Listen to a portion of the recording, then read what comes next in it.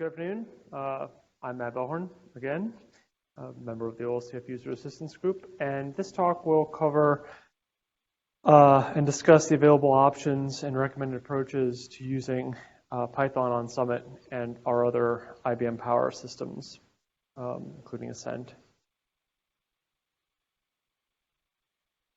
If I can find my mouse. There it is.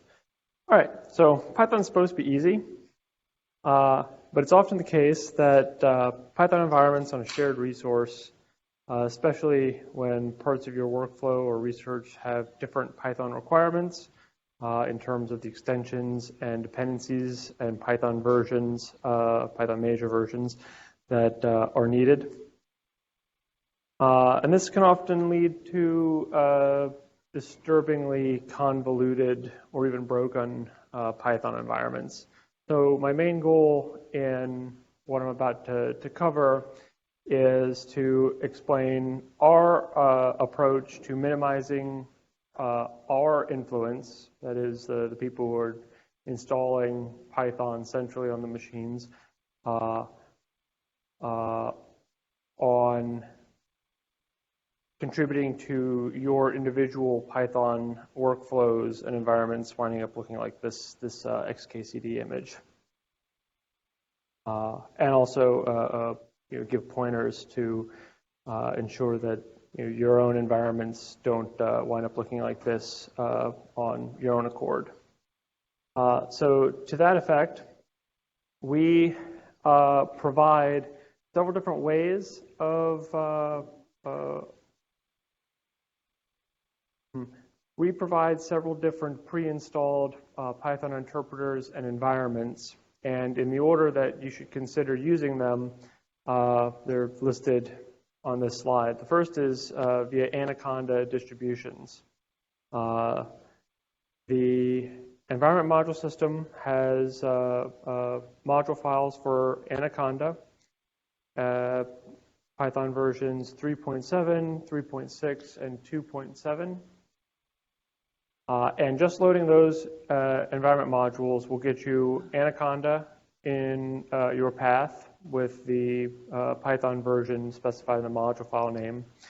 And all of the generic extensions, commonly used Python extensions in that interpreter's base site packages by default. So you get a more or less complete Python stack out of the box. We also have separate environment modules for natively installed Python interpreters. Again, Python's versions 3.7, 3.6, and 2.7. And it's an artifact of the way we build some other software, but you'll see environment modules for Python extensions. They're all named py-something. And in general, I don't recommend using any of those. They've got to be there for certain special cases. And there are certain classes of users who would need to use those. But in general, if you can avoid it, don't rely on those, use Anaconda instead. The native Python installations have enough installed in their root site packages to allow you to build a virtual environment. And if you have to use a non-Anaconda distribution Python interpreter, a virtual environment is preferred to using module file, environment module extensions for Python packages. And then, of course, it's possible to build a Python stack from the ground up, interpreter and all, in installation prefix of your own choosing. It's more work, but whatever you install in that deployment of a Python stack is under your full control, won't change out from underneath you, and can be tuned to meet your needs and be exceedingly stable. So to go through how to use each of these, As I said, there's module files for Anaconda distributions. They're named Python, and then Python major minor micro version dash Anaconda, and then the major Python version and the Anaconda release that was used to install that environment. When you load these module files, they'll change the Python user base to a unique location for that machine in Python interpreter, so that you won't have a situation where if you installed packages into your user site packages in your home directory, that this interpreter would wind up reading something that was installed for an x86 machine. One of the downsides, it's a kind of a pro and con really to using Anaconda. Anaconda heavily relies on precompiled binaries, especially for dependencies of packages that are needed by certain Python extensions. So NumPy or Pandas will need things like HDF5 or a BLOS implementation. To install those extensions via Anaconda, you'll get binaries and libraries for those external dependencies precompiled for whatever your target architecture is, in this case, PowerPC 64LE, and that's it. You can't easily tune what external dependencies a Python extension is linked against if installing it using Anaconda without either building it from source or with pip, and we'll cover that. On the bright side, it's easy. You can just say conda install whatever package, and if it's available in Anaconda's repositories, it'll pull it down, install it, and you can use it in your own isolated Anaconda environment. When I say Anaconda environment, Anaconda ships with a tool that's similar to pipenv. It's both a package manager and a virtual environment manager all in one called Conda. And you can use it to create a isolated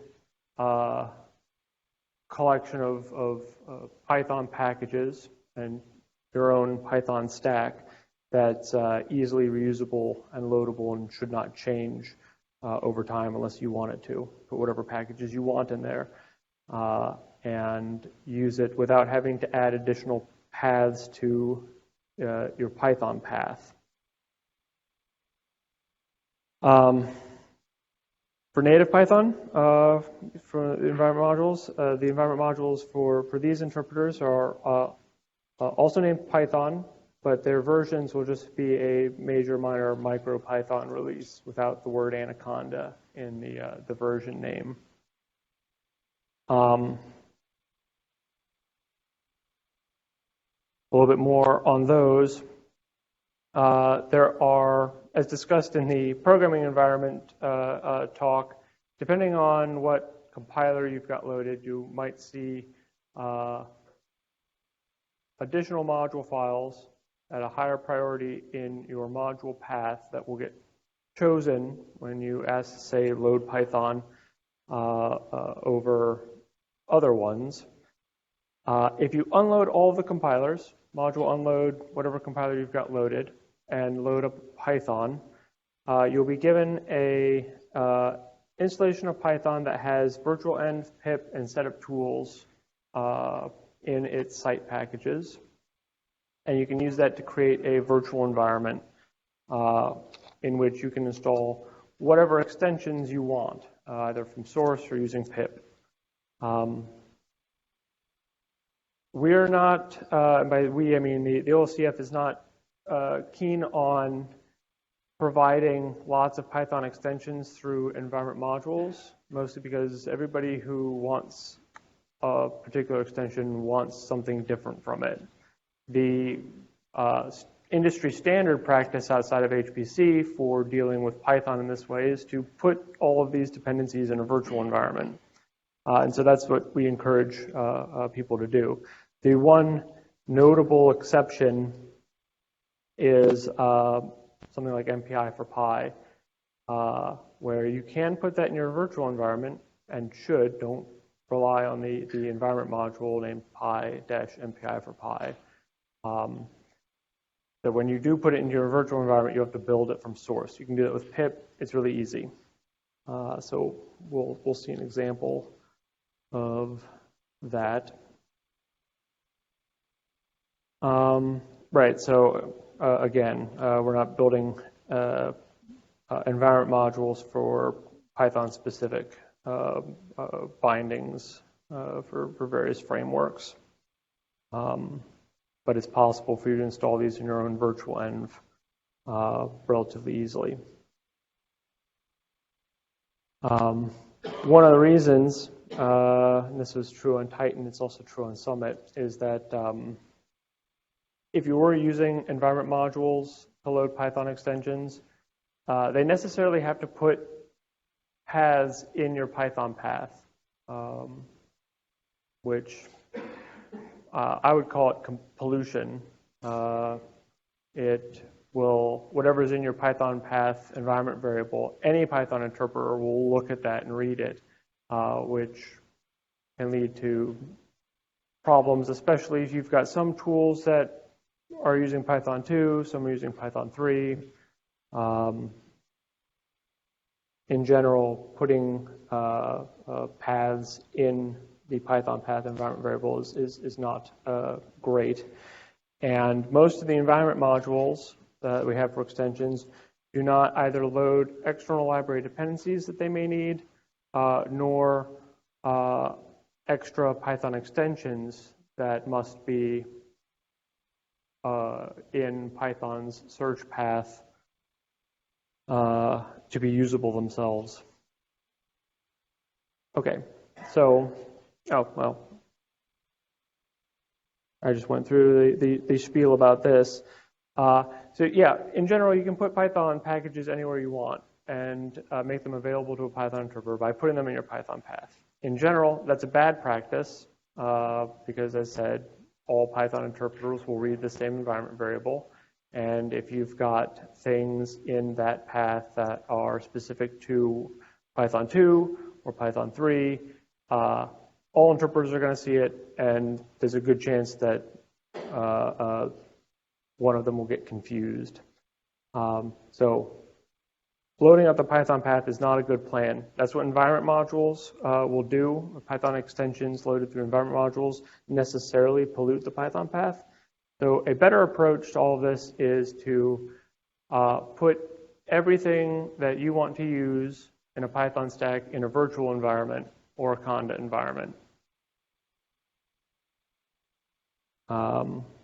Used that way, the Python interpreter itself knows that it's a virtual env or Conda env interpreter and knows in what site packages directory to look for all of the extensions that it will need without having to put a single thing in your Python path. Okay, so how to do this for Conda environments. As I said, loading the Anaconda environment module puts the utility Conda in your path, and you can create a Conda environment by calling Conda create and a list of extension packages that you want in that Conda environment. There's actually a lot of options to this. You can specify --Python and create a Conda environment with a specific version of Python interpreter. You need Python 2.6, 2.7, 3.5, 3.6, 3.7. You can create a Conda environment with whichever Python interpreter you want and initial set of packages with Conda create. The -C flag tells Conda what Anaconda repository it should pull packages from. Those generally include precompiled binaries and libraries.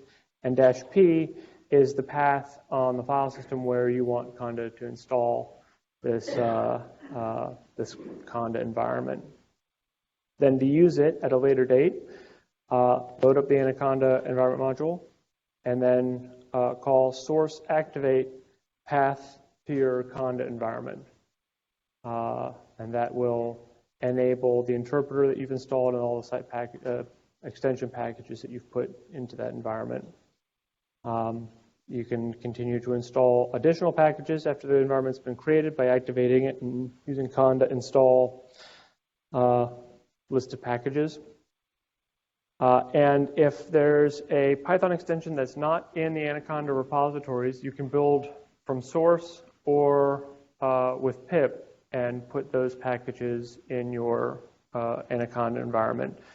So for instance, to put MPI for Pi in a Conda environment, you can pip install -- no binary MPI for Pi, install MPI for Pi. This -- no binary MPI for Pi tells pip, don't use pre-compiled anything for MPI for Pi.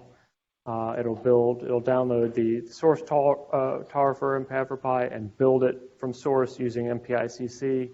That's available in the system, so it's linked against our Spectrum MPI. And then to deactivate and stop using your own Anaconda environment, source deactivate. Similar for virtual environments. Python 3 has virtual environments baked into it. So to create a virtual environment with Python 3, you'd call Python 3-m venv, and then the path to where you want to create a Python 3 virtual environment. For Python 2, you have to use an external command, virtualenv, and specify the same path to wherever you want to install that virtual environment. And you can use that Python stack, wherever you've put this virtual environment, in a couple different ways. If you want it to be the Python interpreter that's available in an interactive shell session, you can source this dot is the POSIX source instruction, path to wherever you installed the virtual environment, bin activate. There's a script activate that gets put in a binary directory wherever you've put your virtual env. That'll activate it and make it the default Python that's in use in that shell session. And then to deactivate it, you can call the shell function deactivate that gets put into your environment and you source the activate script.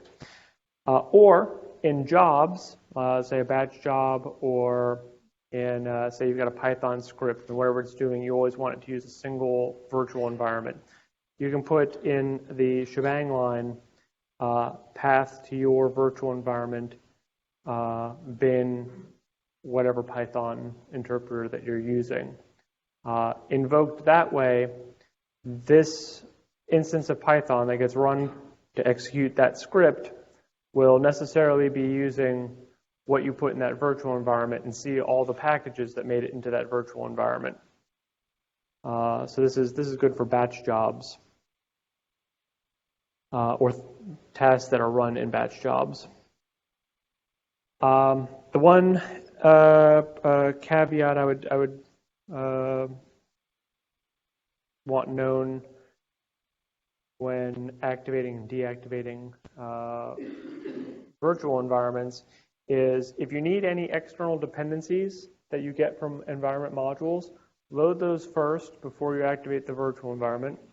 And if you need to change any packages that are loaded from environment modules, deactivate the Python environment before making changes. This way, you don't have LMOD or Tcl mods if you're on Titan, both competing to modify the same environment variables.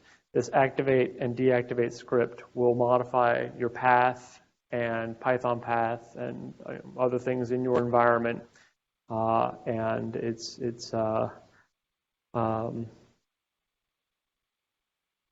best to make changes in a first in, last out sort of way.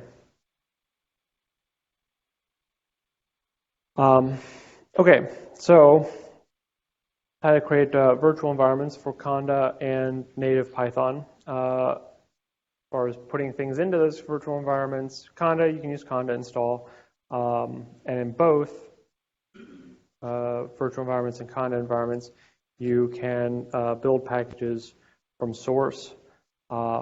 Pip can actually do source installs. And if possible, I recommend using just pip. The syntax for this is pip install -- no binary.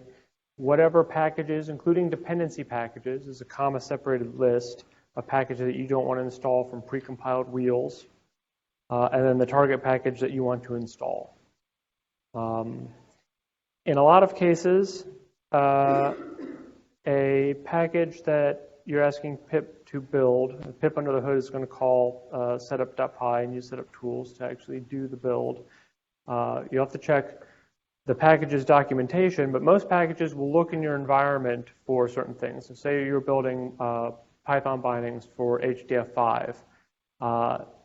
Setup.py, that install script will look in your environment for an HDF5_root environment variable. And if it finds it, it will use that instance of that build of HDF5 to link against.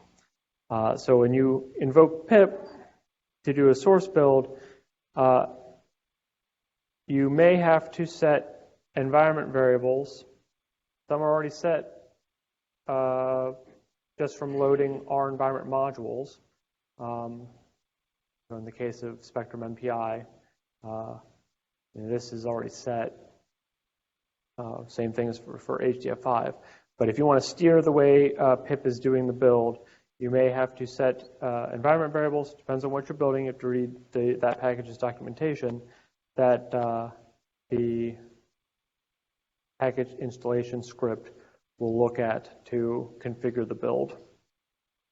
If all else fails, you can do a straight source build by downloading the Python extension source and calling setup.py,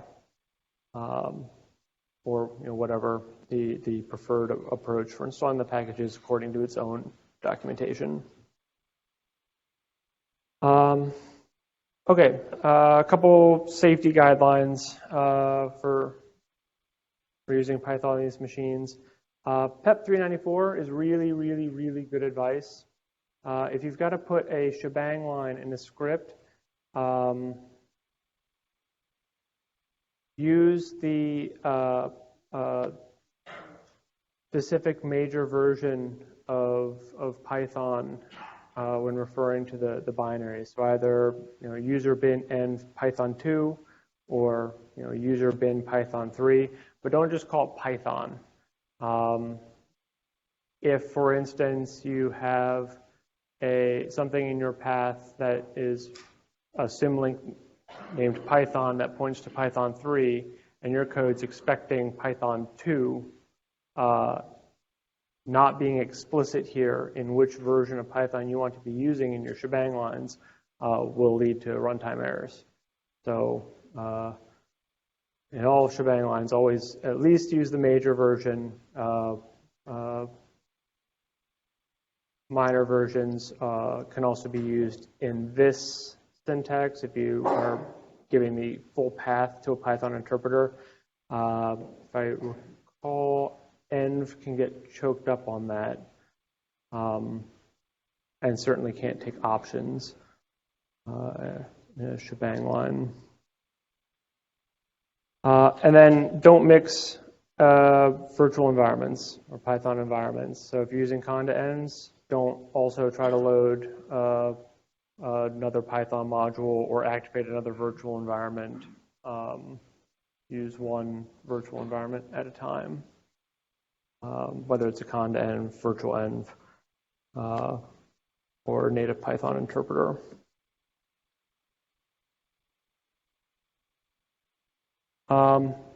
If you're using a virtual env, don't use environment modules that activate a Python extension at all.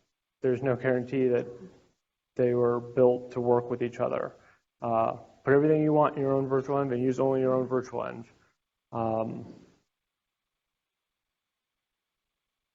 If for some reason you have to use Python extensions provided from environment modules, don't use a virtual env. But I recommend using a virtual env. Be careful with pip install -- user. By default, that will put things in a common directory in your home directory, home.local lib python major version .minor version. And that directory is shared on all of our machines. So if you build something that has compiled C code and it puts libraries in that directory that are built for PowerPC, and then you hop on an x86 machine and try to import those, it will crash. So be careful with this. Using a virtual env avoids that, because you can have a virtual environment for x86 machines and a virtual environment for PowerPC machines, and all is well. We do have a question from the chat. Oh yeah, what's the question? Should MPI for Pi work with Excel? Yes, it should, and it can. Thanks. Mm-hmm. Okay, and that's all I have. Are there any questions that folks may have? There's always questions about Python. Fair enough. If you do run into any issues or have questions about how things work or they're not working, send us an email. We're happy to work with you to find a solution. Thank you. All right. Thanks, Matt.